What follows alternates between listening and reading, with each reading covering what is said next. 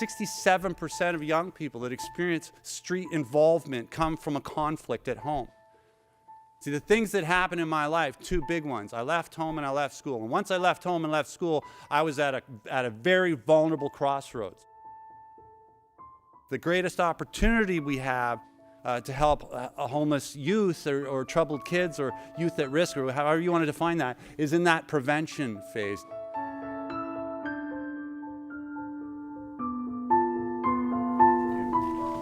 Okay. Well, the Push for Change was an idea that started with a conversation on what could we do to change the way we address youth homelessness. My story of transformation began with the Ontario Provincial Police. And that really helped open a big door for me, led me back to school, eventually success in the corporate world. And I got to a place, I suppose, where I began asking the question about legacy. What could I do to give back to a country that's given me so much? And really understanding from my own experience, where we can invest better to help support prevention models and really kind of catch it before it happens. Your message, your trek across the province has a direct link to what we do. Mm-hmm. And so if we engage those communities along the way, and if we engage in the youth, then I think this will be a successful partnership all around. So that's why I think it becomes important that the OPP be involved in this. There's many, many great causes out there, but investing in our youth becomes one of the most important, I think, for our organization. 1989, I was pushing a real shopping cart around Vancouver's downtown east side. I was a strung-out heroin addict. I'd cycled out. I lived underneath the Georgia Street Viaduct. I'd made every conceivable mistake that a young person could make. I was a high-volume contact person with police. I wasn't a threat as much as I was a nuisance. And I struggled with mental health, and I struggled with addiction. And I couldn't find the doorway out on my own. I'm here today because I had a mother that wouldn't give up on me. I'm here today because I live in a country that has an infrastructure to support those that are poor and marginalized and dealing with mental health issues. I was that guy that struggled with addiction and poverty and homelessness, but inside me all that time was a possibility.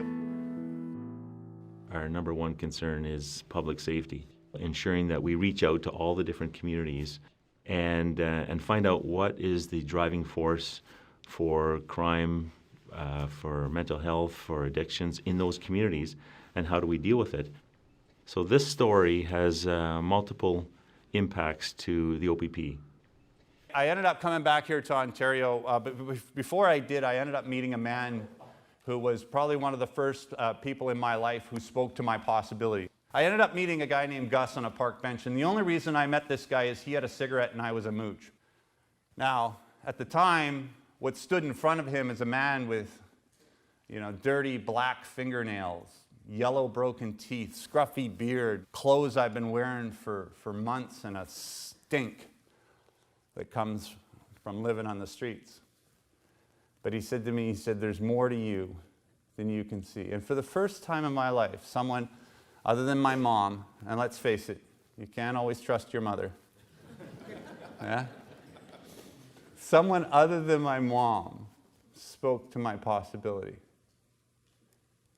You may never know the impact your mentorship has on another person. We approached this from a grassroots perspective right from the very beginning. But it goes back further than that. My involvement with the OPP was really the turning point in my life. It was from that first interaction when I was, having a serious crisis here in Midhurst that I met Constable Scott McLeod. He was, it was a typical call and a typical night, but Scott got the call right. And out of that, I had this opportunity to transform. It was a Monday in May. I was working the 7 p.m. to 7 a.m. shift at a Barrie detachment when the call came in. It was approximately 3:30 in the morning, and my partner and I got called to Midhurst just outside of Barrie for a suicidal male. So we met this person's mother, and she related us to the fact that her son was very despondent. He had been in a drug-induced haze for the last couple of days, and that night when she went down to check on him, she found him with a gun in his hand and he refused to give it up. So that male was Joe Roberts. It was immediately obvious that he was severely under the influence of drugs or a combination of drugs and alcohol. He was tall, skinny, he had unkempt black hair, and he walked right into a jack post in the basement. But he was unarmed. You know, never in my life did I have a strong, friendly relationship with law enforcement. As you can imagine, making the mistakes that I made, I saw law enforcement as the enemy, not as the protector, not as the peacekeeper, not as the social volunteers. Sometimes that's all we need, is that one person to be there to say, I believe in you, kid. And for me, one of those people who was first there for me was Scotty. I treated him with respect and with compassion in order to get his confidence. At the time, I wasn't thinking about Joe. I hate to say it that way. I was thinking about the gun. I wanted to get that gun off the street. But since all this has evolved, I think back and I think, yeah, I treated Joe properly. I treated him like I would anybody else. It didn't matter what his situation was. I treated him properly, and I'm happy for that. I think that from my perspective, Scott quickly identified a dangerous situation, saw a person in crisis versus a person in threat, and moved in the direction of a person in crisis to de-escalate and to get the weapon. And Scott was fair. He was amiable. He wasn't heavy-handed. At the same time, I can't imagine what was going on in his head.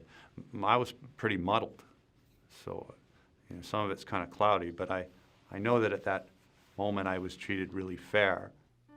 There's a lot of bells in my life I can't unring, and I have to deal with that, and I have to forgive myself. And my way of making amends is by not repeating it, and by staying sober a day at a time and doing my best to put back into a world that's given me so much. I was actually on a plane ride with my business partner at the time, Dr. Sean Richardson. Sean is a former Olympic athlete and a psychologist, and we were on a flight into Calgary, and I said to Sean, I want to do something to invest in that prevention. He said, I got an idea. He says, if you're trying to avoid chronic homelessness for kids, he said, why don't you push a shopping cart across Canada? It's your story. It's a symbol of chronic homelessness. It's the thing that you're trying to avoid for young people. And the idea was simple. If we could go from one end of the country, leverage my story, and raise awareness and dollars to help invest in youth homeless prevention so that every young person has the opportunity to grow up and transition safely into adulthood and not have to fall through those cracks. The OPP is going to help us in a number of ways. They're going to help keep us safe. They're going to help us engage in communities. And what it means to us is, we've got an extraordinary partner to be able to engage the people of Ontario with an important message that we need to get out. Our support of the Push for Change is so important because it's not just about the event.